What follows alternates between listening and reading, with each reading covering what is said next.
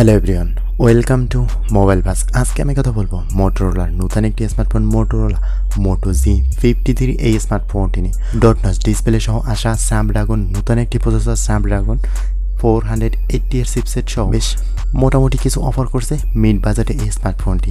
তো কথা না বাড়িয়ে ভিডিওটি শুরু করা যাক। প্রথমে যদি এই স্মার্টফোনটির ডিজাইন এবং বিল্ড কোয়ালিটি নিয়ে কথা বলি তাহলে মোটামুটি বেশ সুন্দর থাকছে এই স্মার্টফোনটি।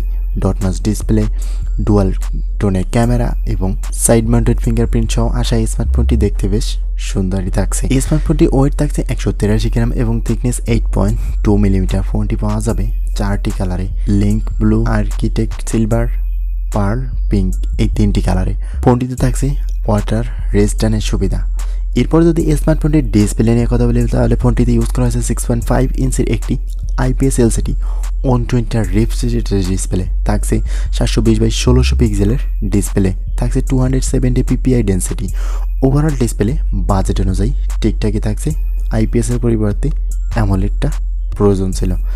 এরপরে যদি এই স্মার্টফোনটি ক্যামেরা নিয়ে কথা বলি তাহলে ফোনটির ক্যামেরা ইউজ করা হয়েছে 50 মেগাপিক্সেলের মেইন ক্যামেরার সাথে একটি 2 মেগাপিক্সেলের ম্যাক্রো সেন্সর। উভয় ক্যামেরাতে ভিডিও রেকর্ড করা যাবে 1080p 30fps রেজুলেশনে। ক্যামেরা সেকশনে ফ্রন্ট ফেসিং ক্যামেরাটা মোটামুটি বেশ ভালো হলেও ব্যাক ক্যামেরার দিক থেকে একটু ঘাটতি থাকছে স্মার্টফোনটির বেলা। এরপরে যদি স্মার্টফোনটির পারফরমেন্স সেকশন নিয়ে কথা বলি তাহলে ফোনটিতে ইউজ করা হয়েছে কোয়ালকম স্ন্যাপড্রাগন 480 5G এর একটি 8 ন্যানোমিটারের চিপসেট। ফোনটিতে CPU হিসেবে থাকছে 2.2 GHz অক্টা-কোর এবং GPU হিসেবে থাকছে Adreno 690। ফোনটি পাওয়া যাবে 3টি ভেরিয়েন্টে, 4GB, 64GB, 6GB, 128GB এবং 8GB 128GB ভেরিয়েন্টে। আর ফোনটির পাওয়ার সেকশনে অফার করা হয়েছে 5000 mAh ব্যাটারি এবং 18 ওয়াটের ফাস্ট চার্জিংয়ের সাথে 10 ওয়াটের রিভার্স চার্জিংয়ের সুবিধা থাকছে। তো ওভারঅল যদি পারফরমেন্স সেকশন নিয়ে কথা বলি, পারফরমেন্স সেকশনটা মোটামুটি বেশ ভালোই।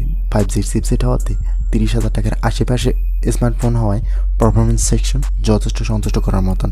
ব্যাটারি সেকশনে আপনি বেশ ভালো সাপোর্ট পাবেন, বাট এই চার্জিং স্পিডটা একটু স্লো।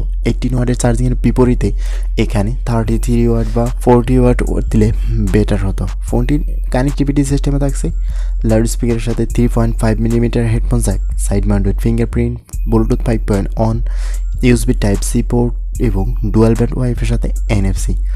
তো 30,000 টাকার আশেপাশে এই স্মার্টফোনটি 3টি ভেরিয়েন্টে লঞ্চ করা হয়েছে। তো এই বাজেটে এই স্মার্টফোনটির কনফিগারেশন আপনার কাছে কেমন লেগেছে অবশ্যই কমেন্ট করে জানাবেন। আজকের ভিডিওটি এই পর্যন্তই, কথা হবে নেক্সট কোনো ভিডিওতে।